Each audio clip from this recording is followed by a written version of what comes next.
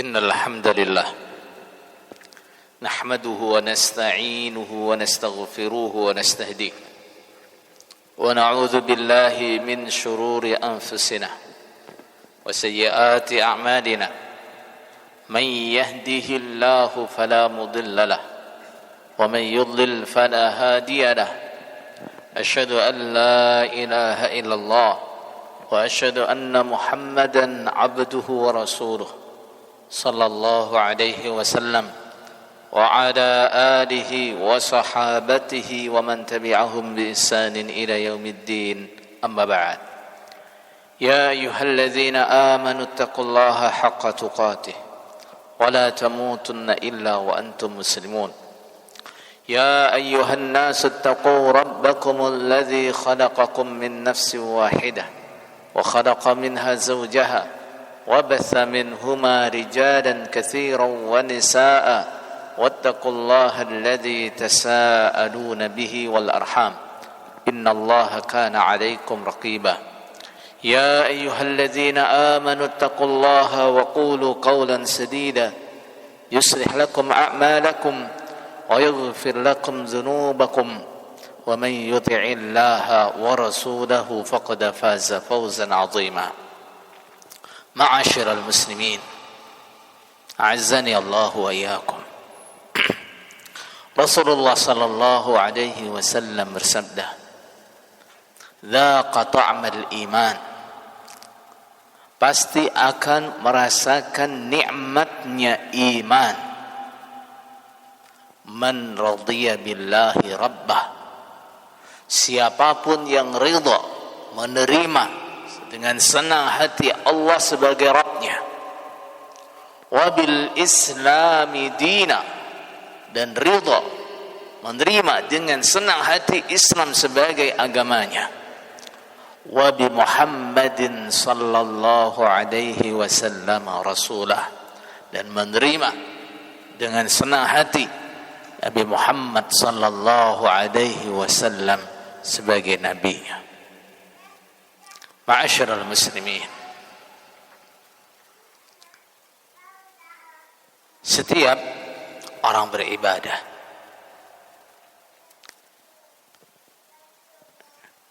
dia membutuhkan motivasi.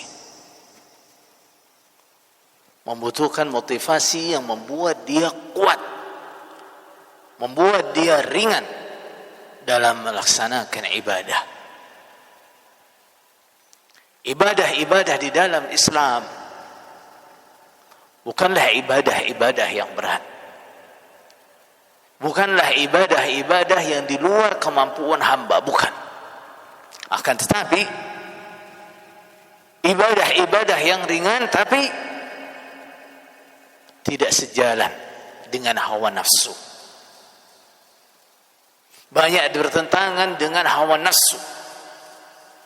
Salat kita yang 5 kali saja dalam satu hari, satu malam, itu adalah ibadah yang ringan. Tapi hawa nafsu kita menjadikan salat itu berat. Zakat kita yang 1 tahun sekali, hanya 2,5% harta kita, itu ibadah yang ringan. Yang menjadikan berat adalah hawa nafsu kita. Puasa kita yang hanya 30 hari dalam 1 tahun, itu ringan. Tapi ibadah hawa nafsu kita menjadikan dia itu berat. Saudara sekalian, yang dinamakan dengan ta'mul iman atau halawatul iman, nikmatnya iman, manisnya iman adalah keadaan di mana seseorang bisa menahan beratnya dia dalam beribadah, bisa menikmati momen-momen dia dalam beribadah. Sebagaimana Rasulullah sallallahu alaihi wasallam misalnya, beliau betah, kuat, berdiri berlama-lama di dalam salat sampai diterangkan dalam hadis hatta tawarramat qadamah, sampai kedua telapak kakinya bengkak. Itu karena apa? Halawatul iman. Rasulullah sallallahu alaihi wasallam merasakan Nah, momen yang paling beliau nikmati, momen yang paling menjadikan beliau bahagia adalah ketika beliau salat. Wa ju'ilat qurratu 'aini fis shalah, dan dijadikan kebahagiaanku di dalam salat. Inilah namanya halawatul iman.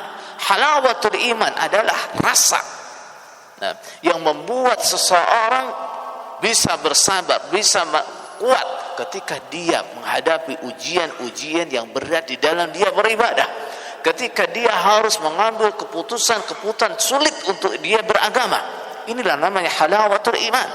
Halawatul iman lah yang mendorong sahabat-sahabat Rasulullah sallallahu alaihi wasallam rela meninggalkan tanah kelahirannya, pergi ke Madinah, memulai hidup dari nol lagi, meninggalkan tanah kelahirannya, meninggalkan keluarganya, meninggalkan semua harta kekayaannya di Makkah.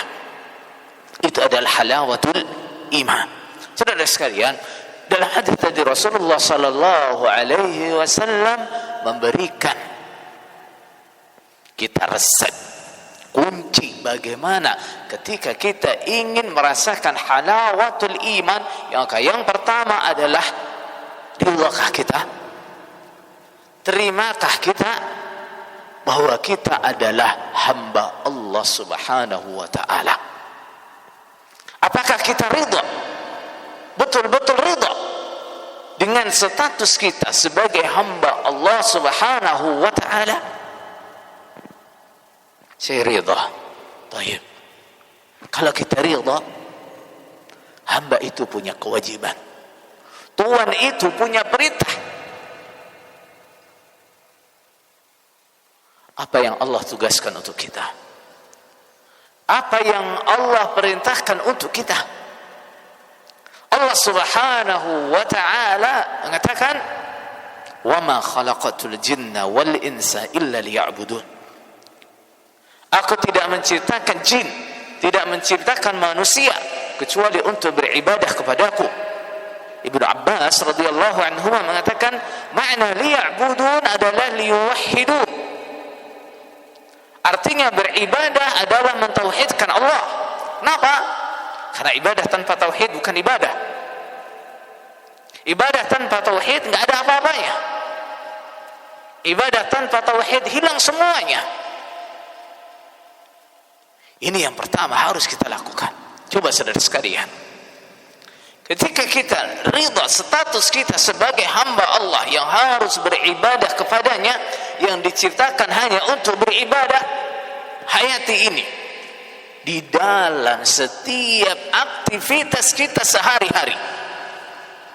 Apapun yang kita kerjakan, kerjakan itu karena aku adalah hambanya Allah. Kerjakan itu karena aku harus beribadah kepada Allah. Bahkan ketika kita harus bekerja mencari maisha, lakukan itu karena apa? Karena aku adalah hambanya Allah. Nah, karena aku adalah hambanya Allah, aku punya kewajiban menafkahi keluargaku. Aku punya kewajiban menjaga harga diriku.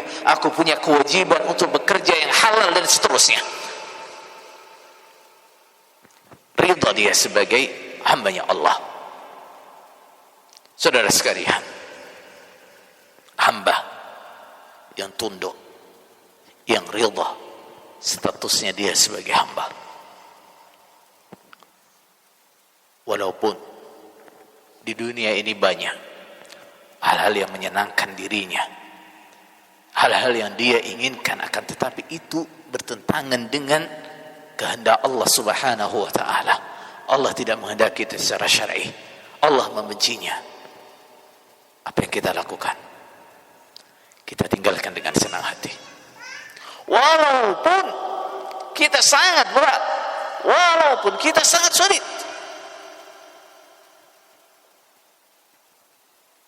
Saudara sekalian, barang siapa yang meninggalkan sesuatu karena Allah, kita senang sesuatu, berat meninggalkannya.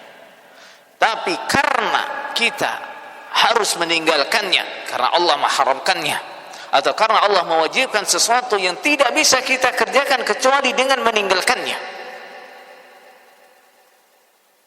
awadahullahu khairan min.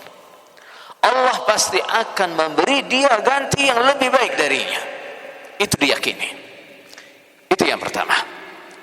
Ketika kita ingin merasakan halawatul iman, hayati, ingat selalu, hadirkan selalu dalam hati kita keyakinan, kesadaran bahwa kita adalah hamba Allah Subhanahu wa ta'ala. Yang kedua adalah wabil islami dinah. Kita ridha, kita senang, kita menerima Islam sebagai agama kita. Agama kita adalah Islam. Ketika kita melakukan segala sesuatu, pertimbangan kita adalah saya sebagai seorang muslim, apakah yang saya lakukan bertentangan dengan Islam atau tidak? Ketika saya melakukan sesuatu, apa dampaknya kepada Islam? Apakah dia membawa dampak yang baik untuk Islam atau tidak? Ketika saya berdakwah untuk siapa?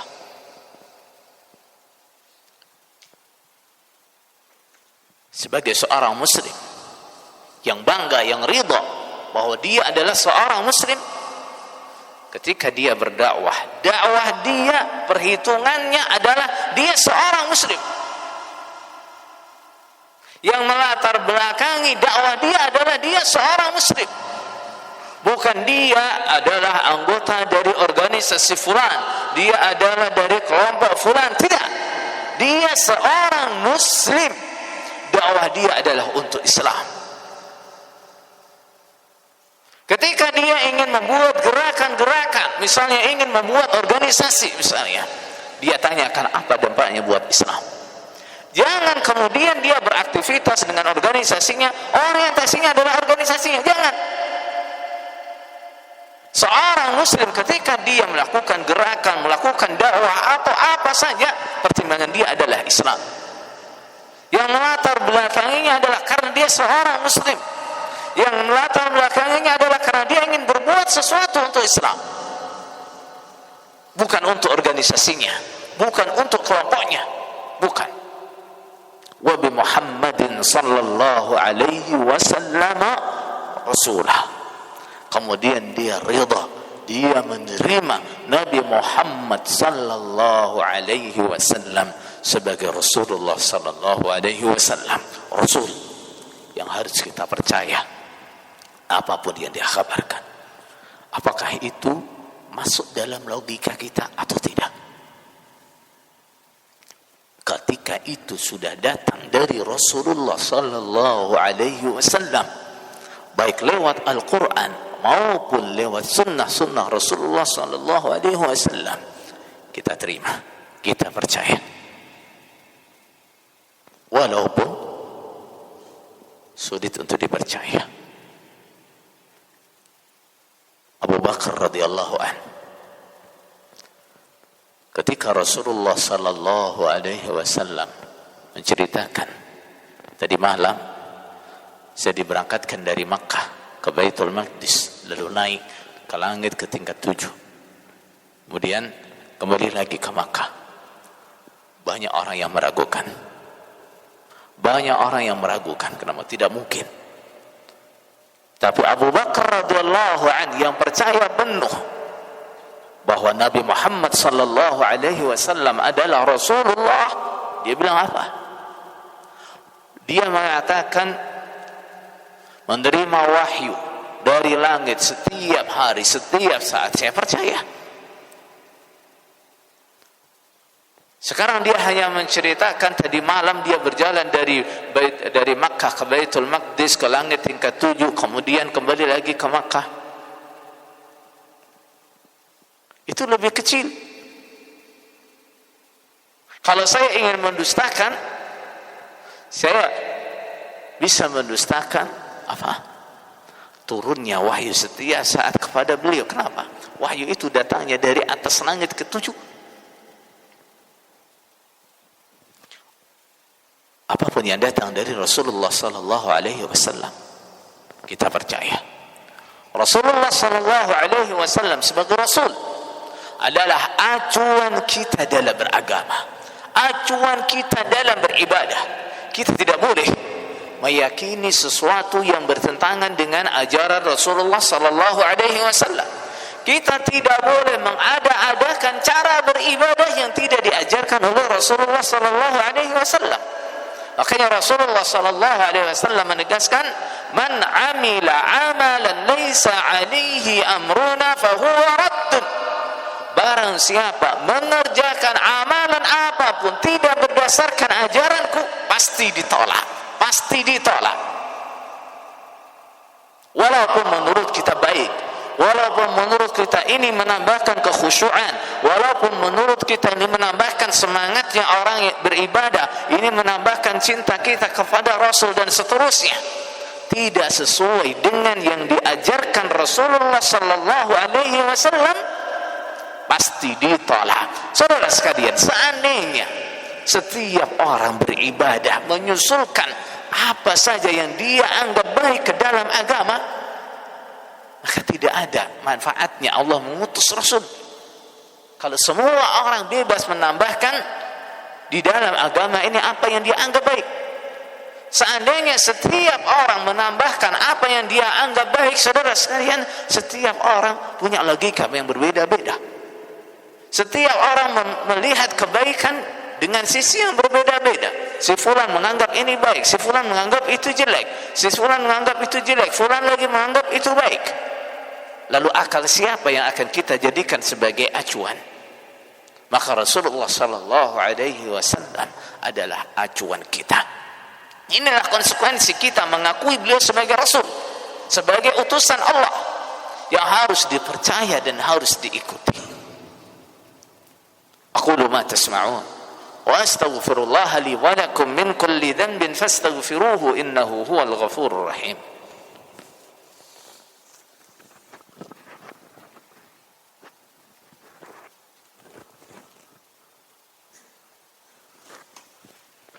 الحمد لله رب العالمين حمدا طيبا كثيرا مباركا فيه كما يحب ربنا ويرضى.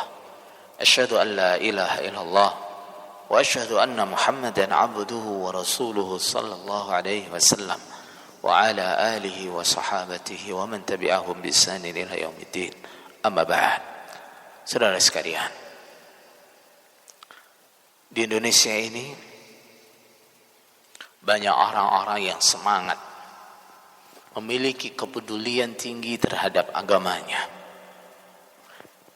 Kemudian salah satu cara yang mereka lakukan adalah dengan membuat ormas-ormas Islam. Saudara sekalian, ketika kita hendak bergabung atau mengikuti ormas-ormas seperti itu, atau kita ingin membuat ormas juga, maka yang perlu pertama kali kita pertimbangkan adalah keutuhan Islam. Bagaimana dampak ormas ini terhadap Islam? Kenapa saudara sekalian? Yang sudah-sudah, yang bisa kita lihat, ormas-ormas yang ada itu menjadikan umat Islam terkotak-kotak. Sehingga orang tidak lagi ketika ditanya, kamu sebagai apa? Orang tidak lagi menanyakan apakah kamu muslim atau tidak. Yang ditanyakan adalah kamu muslim dari kelompok mana? Ormas mana? Ini saudara sekalian adalah fenomena yang mengkotak-kotakkan umat Islam. Sehingga setiap kegiatannya, orientasinya adalah ormasnya. Ketika mereka membuat acara, yang besar adalah bendera ormasnya, yang besar bukan Islamnya. Ketika dia berdiri, yang dia banggakan bukan wa ana minal muslimin, bukan, tapi ana min ormas kada, ana min ormas kada. Rasulullah dan Allah Subhanahu wa taala berfirman, an aqimud dina wa la tatafarraqu fihi. Tegakkanlah Islam ini dan jangan terpecah belah. Innal ladzina farraqu dinahum wa kanu syi'a kullu hizbin bima ladaihim farihun. Orang-orang yang memecah belah agama mereka dan menjadi beberapa golongan, apa yang terjadi? Kullu hizbin bima ladaihim farihun. Setiap kelompok akan membanggakan kelompoknya sendiri-sendiri. Padahal Allah mengatakan, wa man ahsanu qawlan mimman da'a ila Allah wa 'amila salihan wa qala innani minal muslimin. Ucapan yang dibanggakan, ucapan yang terbaik keluar dari mulut kita adalah mengatakan kita sebagai muslim, bukan kita sebagai anggota ormas fulan, ormas fulan, ormas fulan, bukan.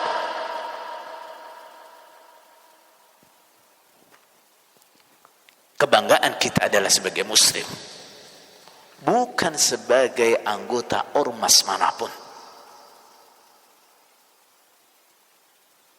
Saudara sekalian, inilah cara kita untuk meraih halawatul iman, manisnya iman, nikmatnya iman yang diajarkan oleh Rasulullah sallallahu alaihi wasallam.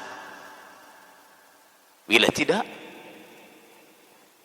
termasuk ketika kebanggaan kita bukan kepada Islam, ketika kita ingin menetapi Islam yang sesungguhnya, kemudian itu bertentangan dengan kelompok saya, tidak disetujui oleh kelompok saya, kita merasa berat. Kenapa? Saya nanti akan dikucilkan, saya nanti akan dimusuhi dan seterusnya. Kenapa? Karena dia sudah merasa terikat dengan ormas tersebut. Saudara sekalian, perhatikan pesan Rasulullah sallallahu alaihi wasallam. Apabila kita ingin menikmati nikmatnya ibadah, manisnya ibadah kepada Allah Subhanahu wa taala,